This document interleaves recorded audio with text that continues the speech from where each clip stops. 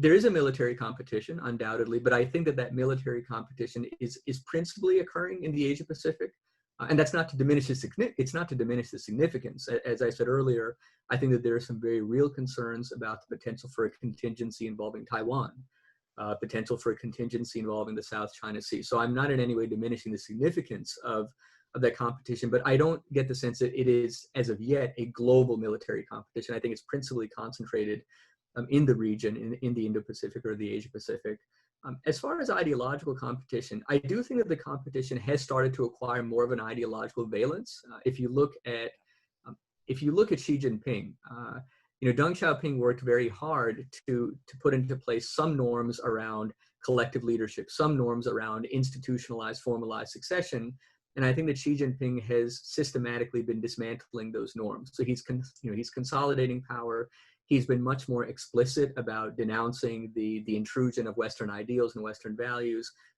He very recently has authorized a purge of China's domestic security apparatus, and the individual who's in charge with enforcing that purge linked it to the Yan'an purge of 1942 to 1945 that consolidated Mao's control over the Chinese Communist Party.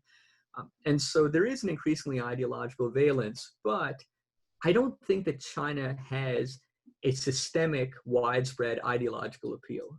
My sense is that the more that observers find out, or the more that the more that other countries see what's going on in Xinjiang, the more they see the outcomes of this wolf warrior diplomacy, the more they see the expansion of the surveillance state within China, the more that they're recoiling.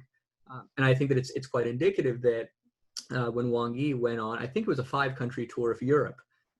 This was, I believe, last week or last week. And this immediately preceded Xi Jinping's virtual summit with Angela Merkel, other high-ranking EU officials. The reception that Chinese officials got was very, very, I wouldn't even just say that it was a very cool reception. In some instances, it was quite hostile. There were very pointed questions about China's ostensibly national security legislation, but the crackdown on Hong Kong, what China is doing, its unilateral moves in the South China Sea, its actions vis-a-vis India. There were very pointed questions about market access, so on and so forth. So I do think that ideologically, and also, China styles itself as being a country that can't really be, it can be emulated, but it can't be replicated. And so if you position yourself as a country that has a kind of a sort of an exemplary form of governance that can be learned from but can't really be replicated. So there are a number of factors at work that I think limit China's intrinsic ideological appeal. But having said that, where can China potentially make inroads vis-a-vis the United States? I think that what China is trying to do is to establish itself as sort of being a nerve center of global economic growth. If China can, both in reality and in narrative, and again, there's a symbiosis that I think is very important between reality and perception.